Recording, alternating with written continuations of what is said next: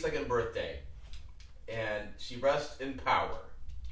And I'm going to explain to you why that is in about 15 minutes. I'll let you go. But first, first, I'm going to start you off with something from back in the day. Oh, Pepper, wait. So back in the day, as times have changed, back in the day in about 1982 or so, I was doing this in the basement.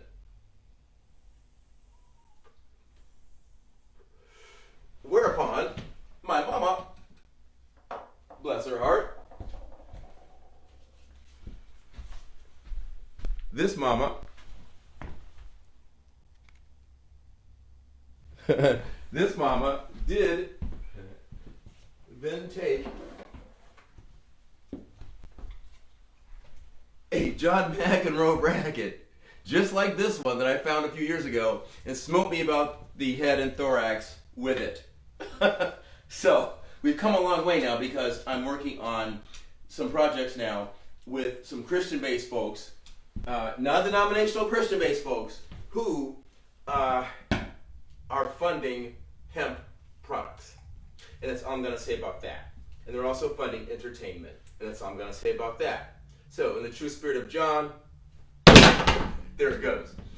So, I want to start off just for a minute. The basic premise that I'm going to talk about right now is the civil rights legacy that my mom and I had. Because my sisters, Cindy and Cecilia, and, well, I'm sure Michelle would have had, different legacies with mom. I've got mine, and I'm going to share mine. They have theirs, and it's beautiful, but I'm going to share mine right now. So part of it is going back to the day, and I just thought about it. You know, what did I do today? I worked out. I've kind of really almost fixed my hip issue, which is wonderful. My sisters have those. I've been working on that with the chiropractor.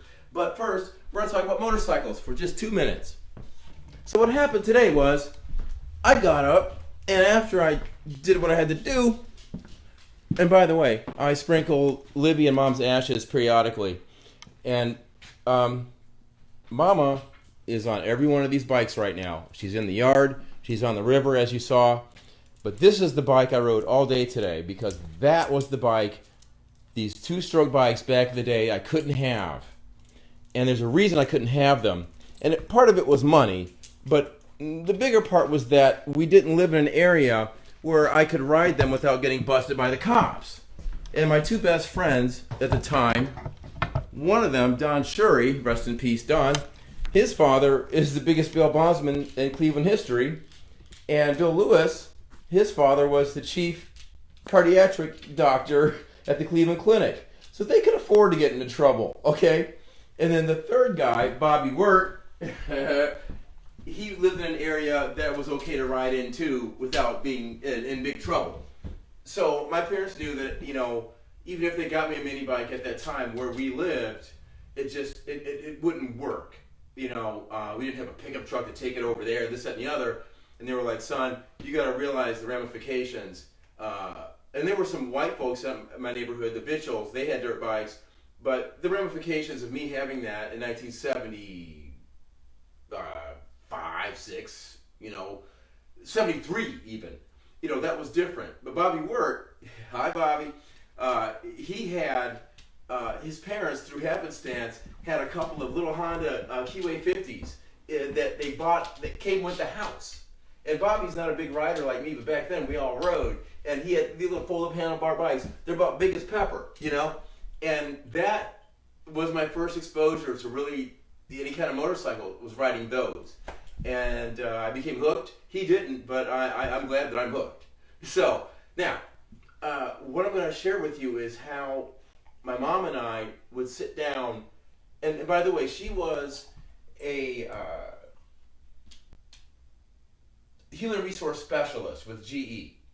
And so she dealt with a lot of civil rights issues at work. She taught me so much that I used throughout my life, and that I still use these principles regarding EEOC law and all that. I help a lot of my friends out, and I'm not going to talk about that right now, but y'all know who you are.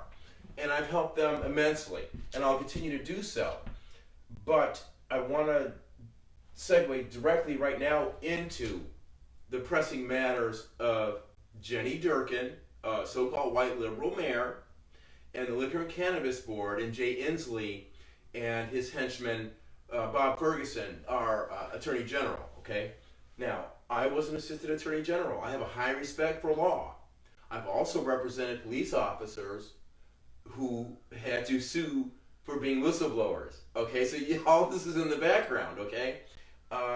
So with regard to the Jenny Durkan matter, and by the way, my mother and I, we would sit there, and we're both into the press, you know, and we would just read the newspapers in the morning. My dad did too, there's no question about that, but my mom and I, we were the two that would just sit up, you know, every morning, and Joanne would come over sometimes in the morning. We'd read the paper, go through the politics, and talk about just the ugliness that was going on, the lies, the deception, all of it, you know?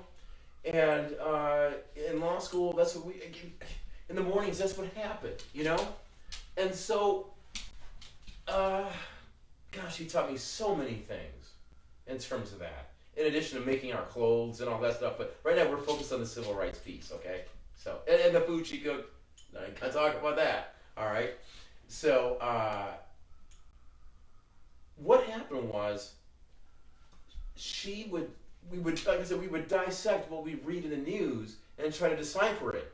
And the other day about a newspaper, and I just love the smell of the newspaper even, you know, but we would talk about things that we would try to deconstruct what really happened and not just read it and take it at face value, okay? So what happened now, with respect to Jenny Durkan, and I'm going to encourage you guys to come out on Wednesdays. This heavy ask now, okay? On Wednesdays, John Novak and I have a show, and we let off the last couple of weeks, but it's going to be on every week now. On Wednesdays, we have Weed Raps, where we rap about weed and what's going on. So Jenny Durkan, the so-called liberal mayor of Seattle, this progressive white woman, I think she's worth $4 million. Her partner's worth twice that, you know. I interviewed her, as you may have seen. Yeah, I know, Pepper, I know. Her name annoys you, and it should. So, we talked about, when I interviewed her when she was running for mayor in 17, everything was hunky-dory, you know, it was beautiful. But then I found out that she's a liar. And by that, I mean, to be succinct about it, she, as a federal prosecutor, prosecuted Brionne Corbray. He owned a very successful black medical cannabis professional. He owned 3 shops, and they were called Game Collective, okay? And let me tell you something, Brionne and I have had our differences, but that brother, he runs a tight shop. He is not a bullshitter, okay? And I know he did everything by the book. I just know he did. But yet and still, they had this whole movement when they, under 502, when they legalized cannabis. What they did was they got rid of the medicals, okay? And they were extra harsh on him because he was one of the most prolific out there. Aaron Barfield felt the sting as well. So we wrote a letter to Jenny 9 years later after she prosecuted Brionne. When she prosecuted him, this was in violation not of the Cole Memo. The Cole Memo had not come out yet, but we knew it was coming.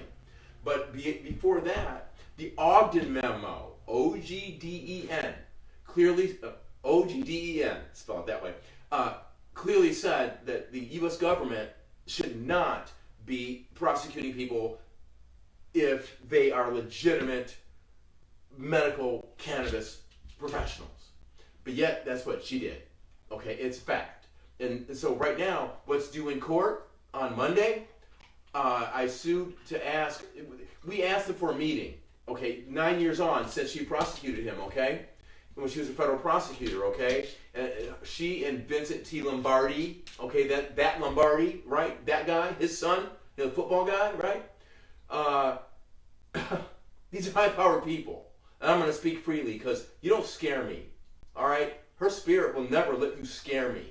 You know, I'll live under a shed one day if I have to, but I won't. But you're not going to scare me from saying what I have to say about what you did, all right? And what you did was, you went after this guy. And you came in there, and you guys have seen the movie the other day, you came in there with guns blazing, all the stuff they did to this brother. To take, you know, they ruined not only him, but they tried to ruin his family, everything, by saying that he was a cartel. And so we asked for a meeting, and then we didn't get the meeting. And this was in October. And I kept asking and asking, and I said, you know what, you guys? In November, I said, well, do you have any notes? Where are your emails regarding this meeting? Because the city has an equity task force. Not just the state has one, the city has one. And keep in mind, folks, on that show I did with Amari Salisbury, all right, I was a guest on it. Remember, Seattle has 0 black cannabis retail shops now. 0 recreational. Again, 0. So, I mean, what can you say about that, right? Whereas in the medical, they had like probably 20, 25%, 30% were people of color, all right? So, basically, there's no response. So, I asked in the discovery responses that are due in my lawsuit against her, okay? I said, what did you do? A, what did you do when you got this request? Now, first I asked, when did you get it? All right, she's going to bullshit with that and say, I don't remember, Mr. King. I don't know. And then she's going to say to the next question, which was, what did you do when you got it? I'm sure her and her $350 an hour lawyer, Brandy Valanda, with Sabbath and whatever their name is, your taxpayer dollars, they're going to come back with some bullshit on Monday. I guarantee you that, right?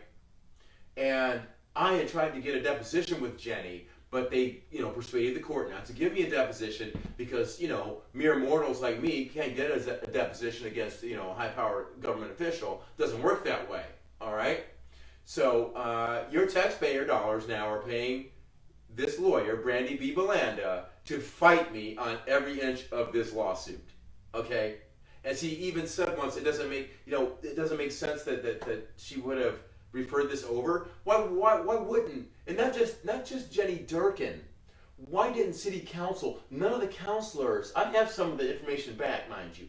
None of them did anything. None of them referred this over to the Equity Task Force when Jenny Durkan's name is on the top of their website of a city entity. Okay? This is common sense. So we're working with some lawyers now. We may bring them on board. We'll see what happens with that. Whew! Gosh, it's unbelievable. All right? So let me have a sip of this fine beverage. And then we'll move on to the Liquor and Cannabis Board, Jay Inslee, and what's happening there. Pepper, do you know the treat?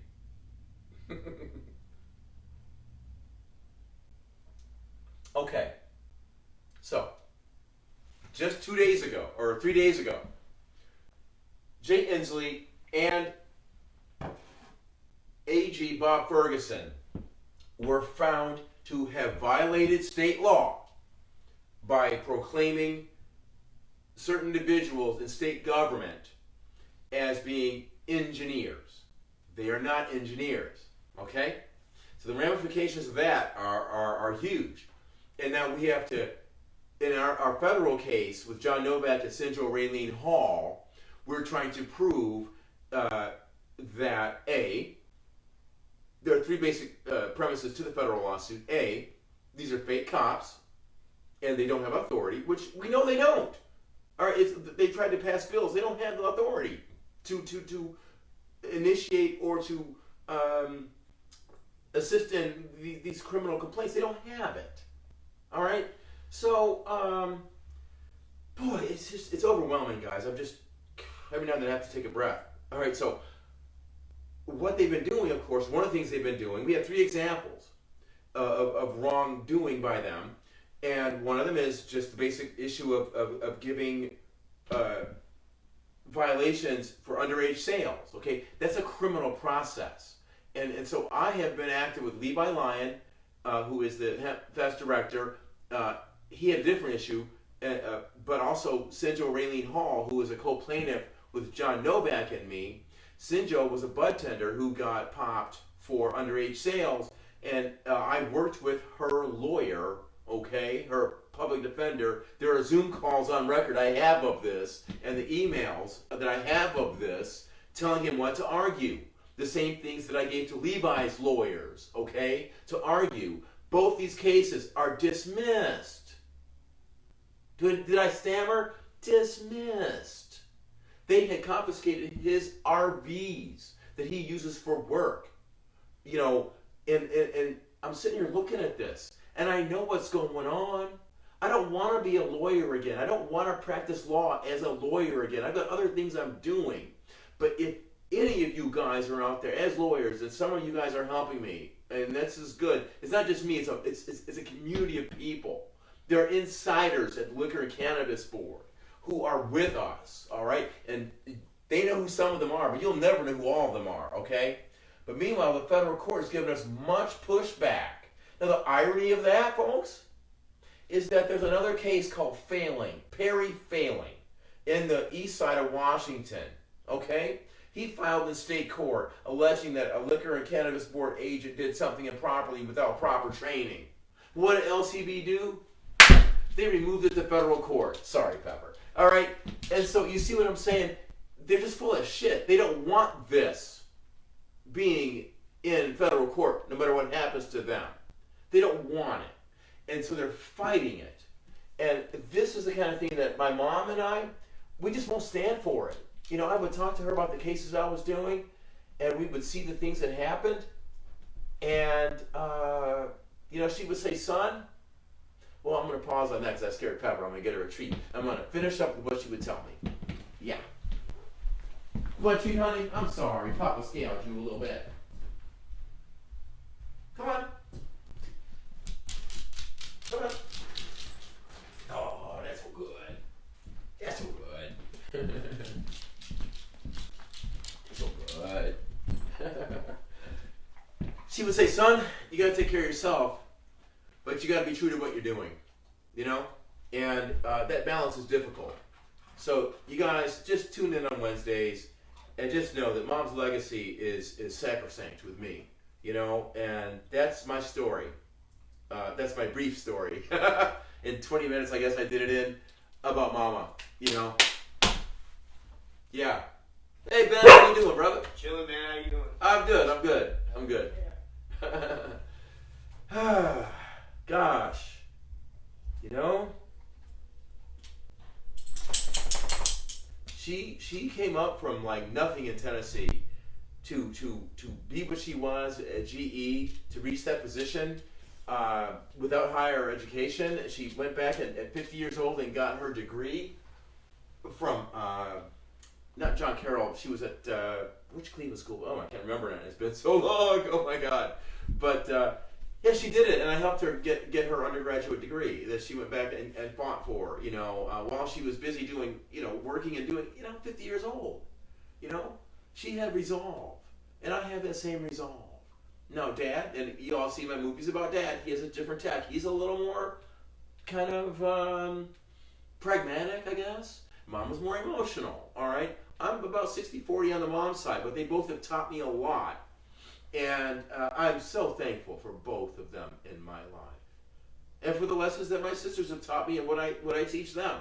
You know, we're just different people. But Momma, it's your day today. And you need to know that as your son, I'm going to do the things that we talked about over coffee every morning. The movie's going to get made about Lico Kenny and much more. I guarantee you that. Yeah, I just can't talk about it right now. So I'm going to take my dog for a walk. And I'm going to have a late night snack. And I'm going to leave you with that, guys. And thanks for watching. Thank you very much. And watch on Wednesdays, okay? It's really important to know what's going on. And believe me, we know what's going on. Yeah. You want to go to the park, honey? I think she wants to go to the park. You pet Wonderfoot. You pet Wonderfoot. Come here, honey. Let's go. Come on. This way. This way. Go get that ball.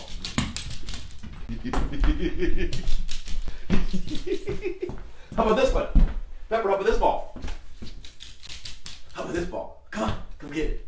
She is so smart, right? Come get this ball. You want a treat? You want a treat? You want a treat? This ball. This ball. Good night, guys. Oh, too funny. Ah! Ah, I hit you. What a riot act.